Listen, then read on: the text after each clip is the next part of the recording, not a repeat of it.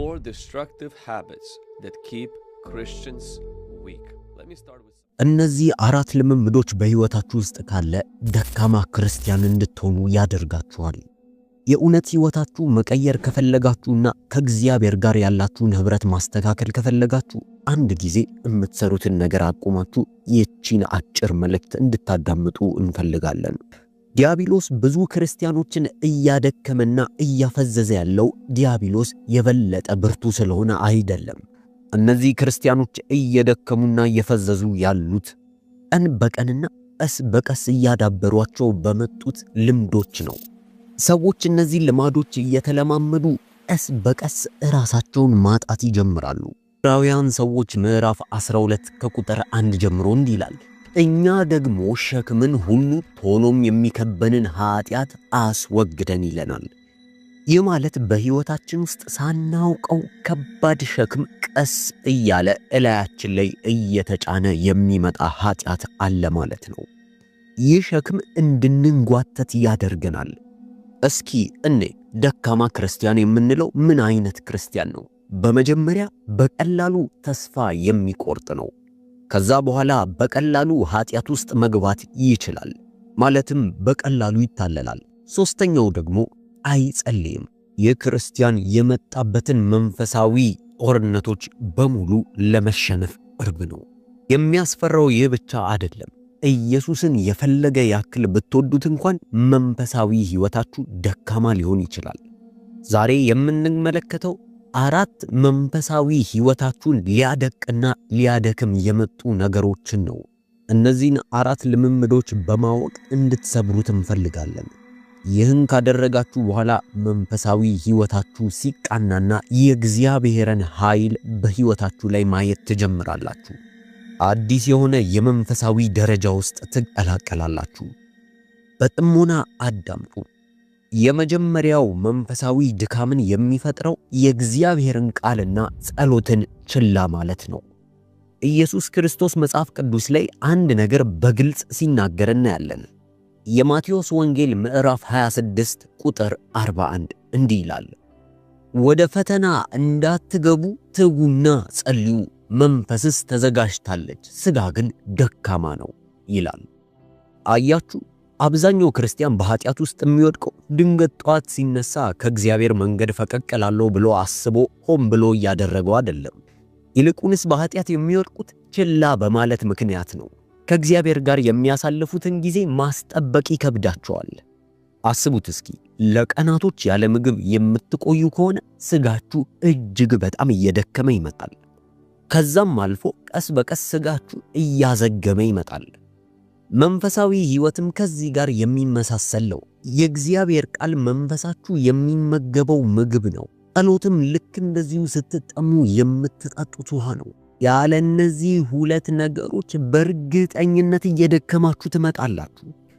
ደግሞ አንድ ነገር ልንገራችሁ፣ የዲያብሎስ ሽንገላ እዚህ ጋር ነው የሚመጣው። ምናልባት ለአንድ ቀን ለሁለት ቀን የእግዚአብሔርን ቃል ካላነበባችሁና ምናልባትም ደግሞ አለፍ ብሎ ጸሎትንም ካልጸለያችሁ ምንም ልዩነቱን ላታውቁትና ላይሰማችሁ ይችላል። ያችሁ ቀስ በቀስ ለእግዚአብሔር ድምጽ ያላችሁ ፍላጎትና ጉጉት እየሻከረ መምጣት ይጀምራል። ቀስ በቀስ ለኃጢአት ያላችሁ አመለካከት እየላላ ይመጣል።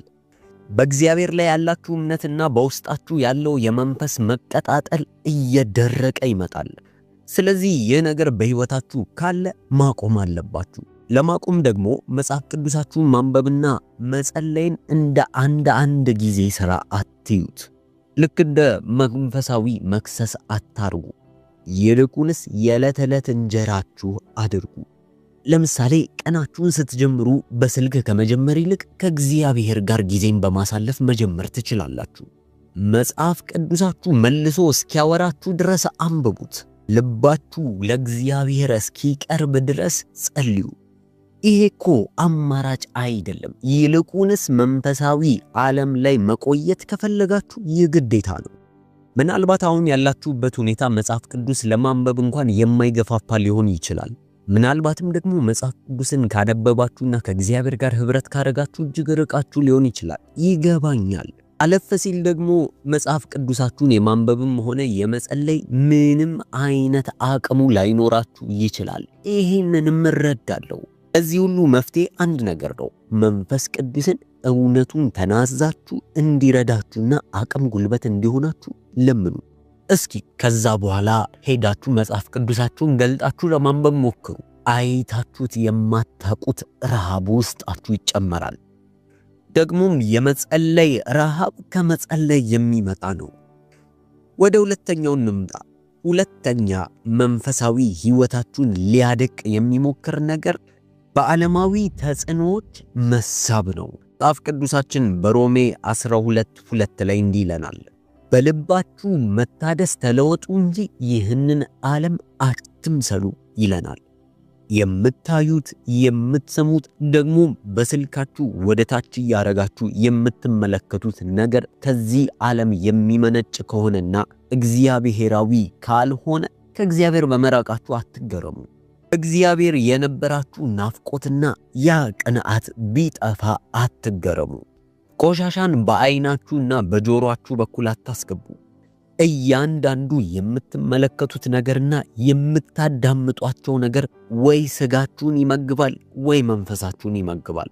ደግሞም አንድ ነገር ልታውቁ ይገባል። ስጋችሁን የሚመግብ ነገር በሙሉ መንፈሳችሁን እያደከመው ይመጣል። መንፈሳችሁ ይራባል። አይምሯችሁን በዝሙት፣ በሐሜት፣ በጥላቻና በክፉ ነገሮች አትሙሉት። ሳምንቱን ሙሉ በእንደዚህ አይነት ክፉ ነገሮች ሞልታችሁት ስትጨርሱ ከእግዚአብሔር ጋር ሰላም ለመሆን አትፈልጉ። ይህ ማለት ልክ አንድ አትክልትን በጓሯችሁ ተክላችሁ ነገር ግን በውሃ ፋንታ መርዝ እንደማጠጣት ማለት ነው።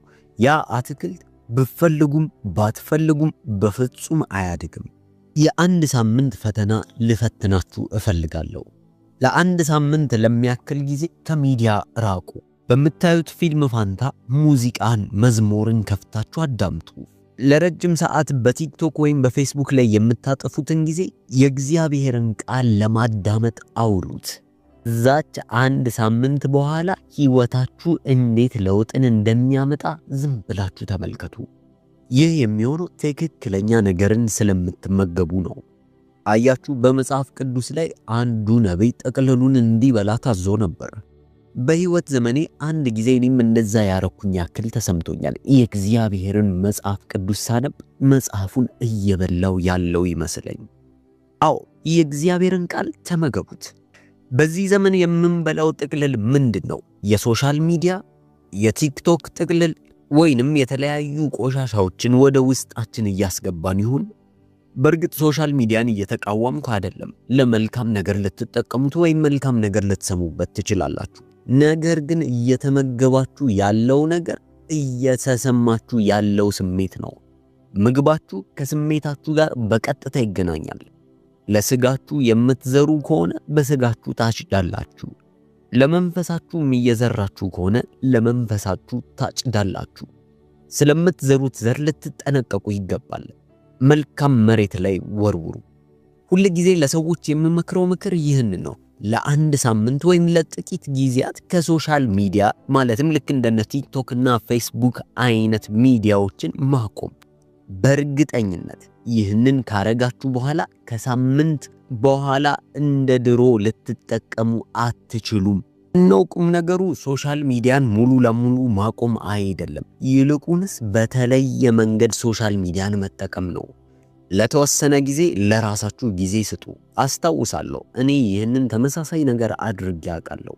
ከስልኬ ላይ ሁሉንም ሶሻል ሚዲያዎችን አወጣው።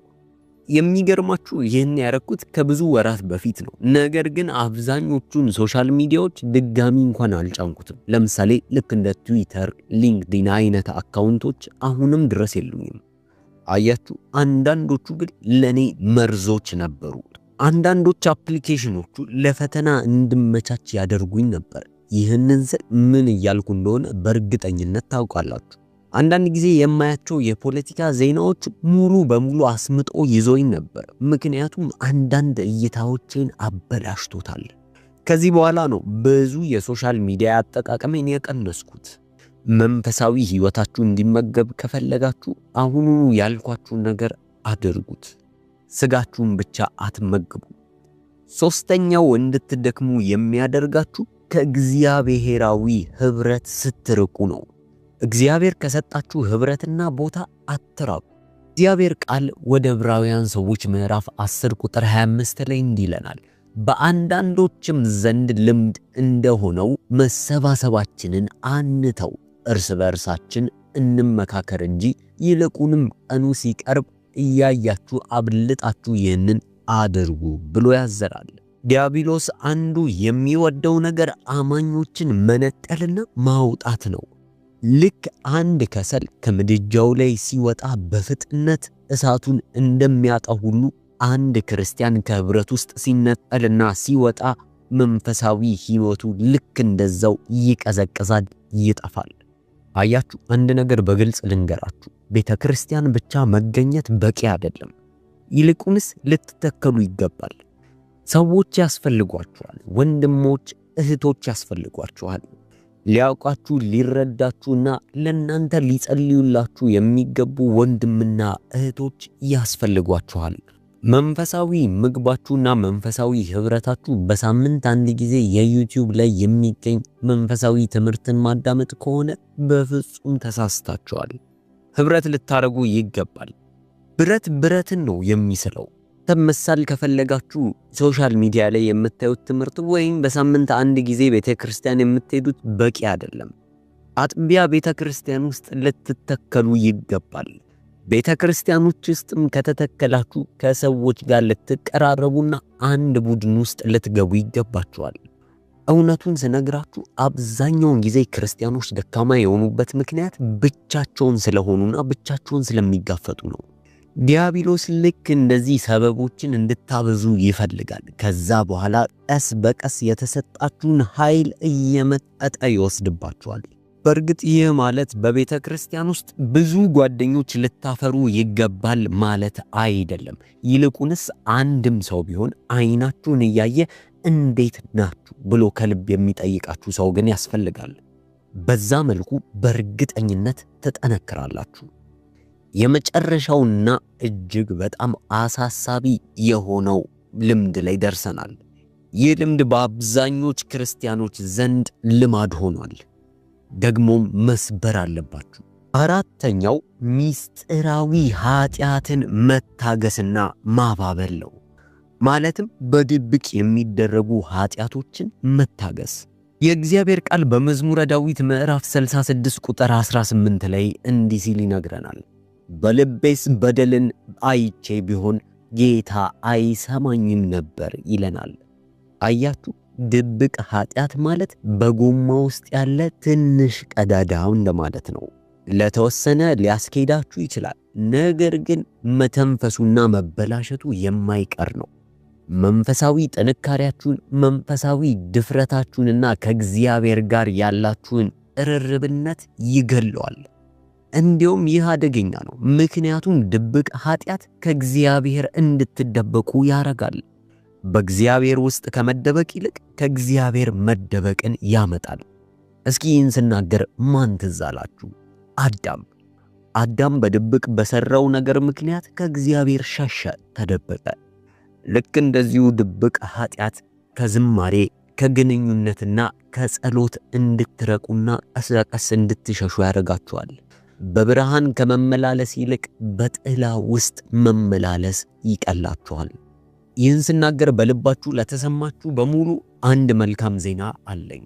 ይህንን ድብቅ ልምምድ አውጥታችሁ ከተናገራችሁና ለእግዚአብሔር ከጮኻችሁ የኢየሱስ ደም ወዲያውኑ ያነጻችኋል፣ ኃይላችሁም ወዲያውኑ ይታደሳል። የእግዚአብሔር ቃል በመጽሐፈ ምሳሌ ምዕራፍ 28 ቁጥር 13 ላይ እንዲህ ሲል ይነግረናል፣ ኃጢአቱን የሚሰውር አይለማም፣ የሚናዘዝበትንና የሚተዋት ግን ምሕረትን ያገኛል ይለናል። በራሳችሁ እጅ በሚስጥር የተሞላ እስር ቤት ውስጥ አትኑሩ።